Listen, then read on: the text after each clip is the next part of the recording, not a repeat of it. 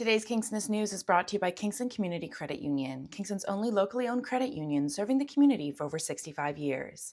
KCCU, your community, your credit union.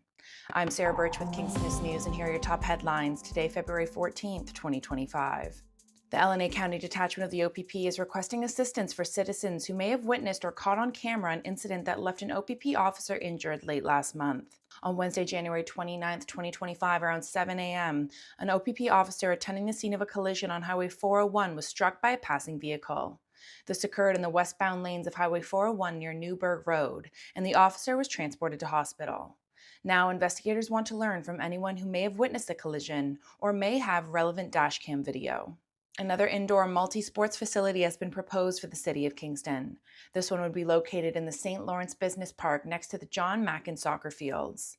City Council will decide at its meeting on Tuesday, February 18th, whether to sell the vacant industrial land at 735 Innovation Drive to Kingston Multisport Investment Group Ltd. for an undisclosed price.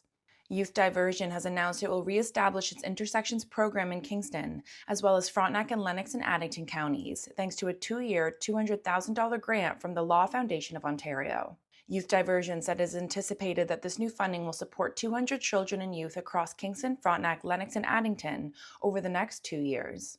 Greater Napanee Council has approved a recommendation from town staff to support a grant application for the Lakes Freshwater Ecosystem Initiative by way of a letter of support. If approved, the grant would allow for a better understanding of water pollution and subsequently how to address this issue.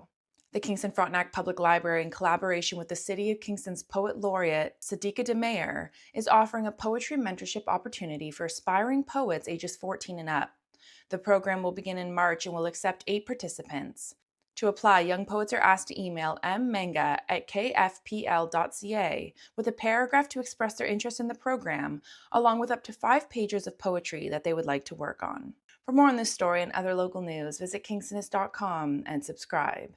Use my code SarahB2025 for 10% off.